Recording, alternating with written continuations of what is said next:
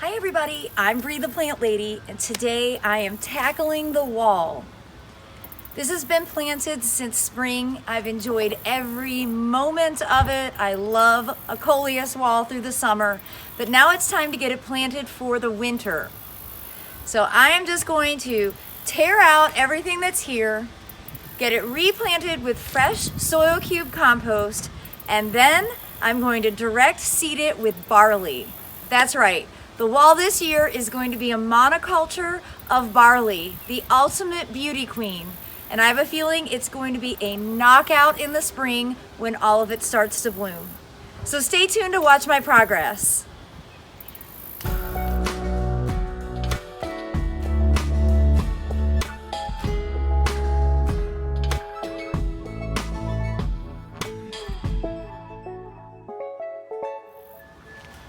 All right, I've got one side done, and you can see I've taken the inserts, the plantable inserts out. I'm actually gonna rinse these off. So I wanna make sure I'm starting with, clean containers. And then I'm gonna fill each of these up with soil cube compost. I'm not mixing it with anything. Then I'll scatter the barley seeds and put them back in place.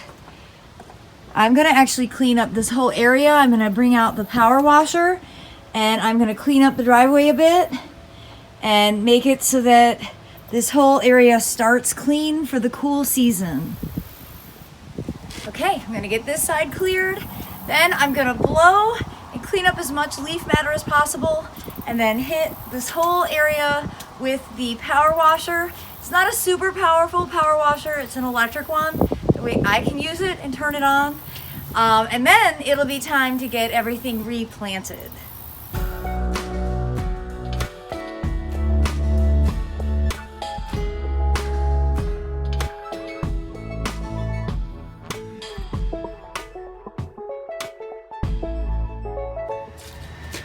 So another thing I'm going to do right now is disconnect the wall from the hose that runs the timer that waters this on its own.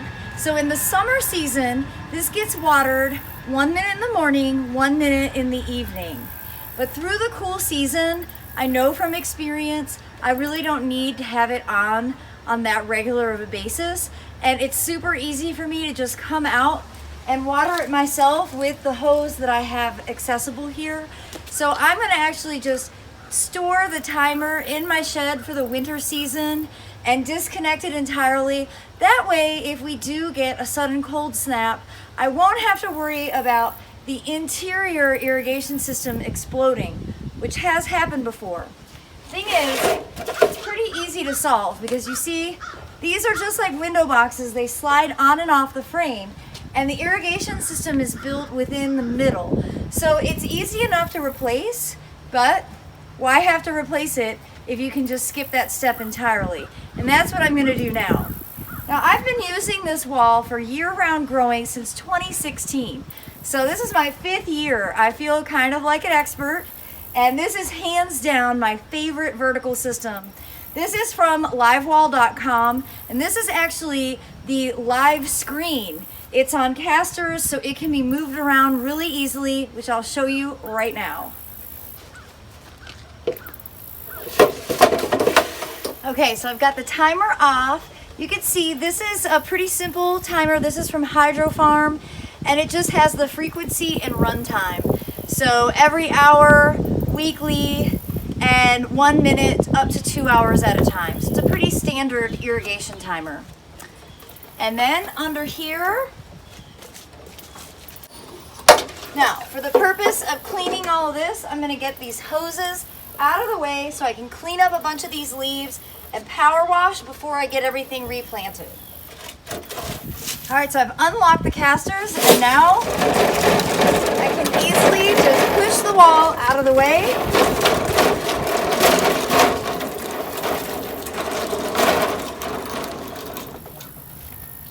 This way I can clean up all this mess from the summer season.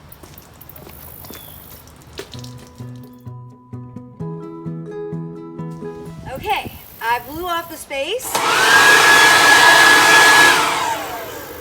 Using a handy electric blower for all you people out there that are like me that have difficulty getting gas things to start.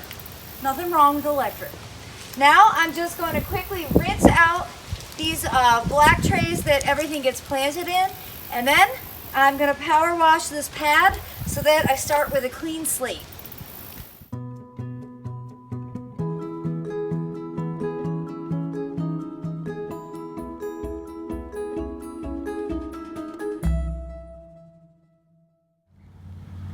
Holy smokes.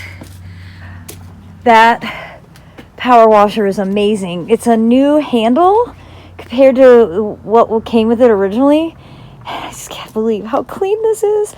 So I've actually pushed the wall and its flanking planters out a little bit so that I have an even bigger patio area to hang out here. I often will use that space on warm winter days as a backdrop for Zoom. And yeah, I love it. Oh my gosh, I love it so much. I might need to add like a table. I don't know. I love this time when it's like you feel like you can still be creative. And those crescent pots look awesome. I wish they were all the orange, but I accidentally didn't order the right color. So that's happens. I'm not good at online shopping. So I'm just waiting for Aiden to get off the school bus, and he is gonna fill all the inserts for the wall, and then I'll show you how easy it is to direct seed the barley, and then this project will be finished.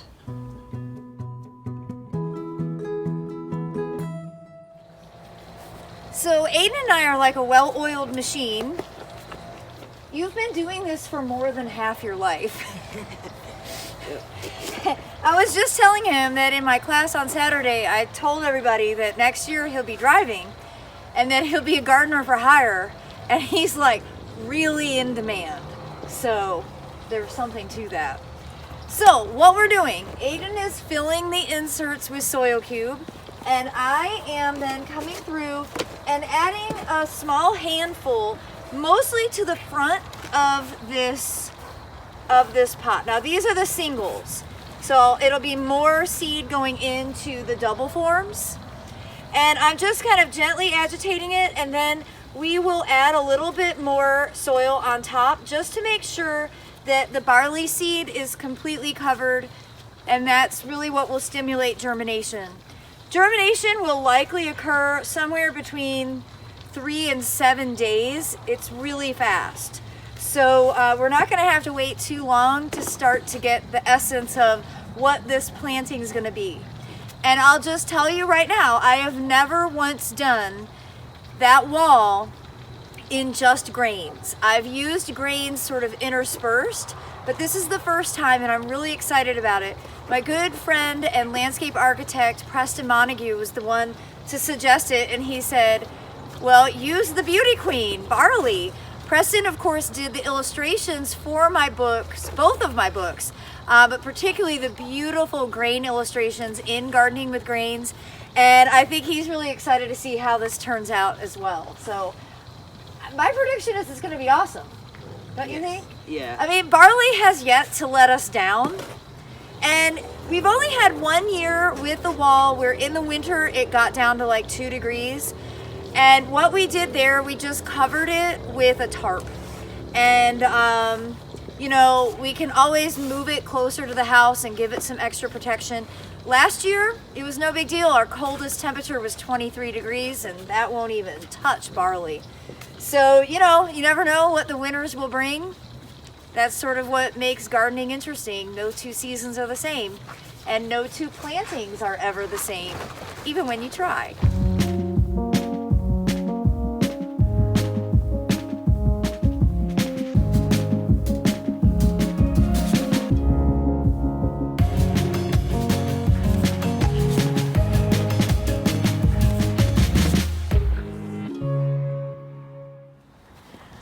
Well, what do you think?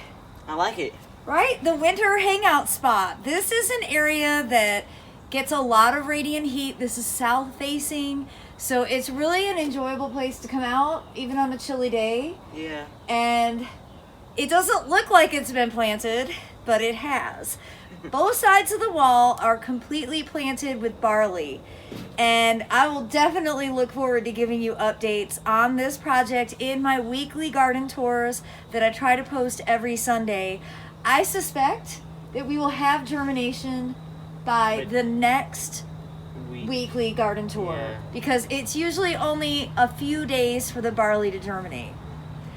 So I hope you'll be inspired to try growing vertically sometime. This is the live screen from livewall.com, and I've been growing in it since 2016, and I've had nothing but positive experiences, and it always looks awesome. Yeah. And Aiden has been helping plant it every single time. Yeah. So he's really the expert. If you have questions, you can direct them to him. Well, if you found this video to be helpful, please give us a thumbs up, be sure to subscribe, and share it with your friends. And as always, thanks so much for watching, everybody.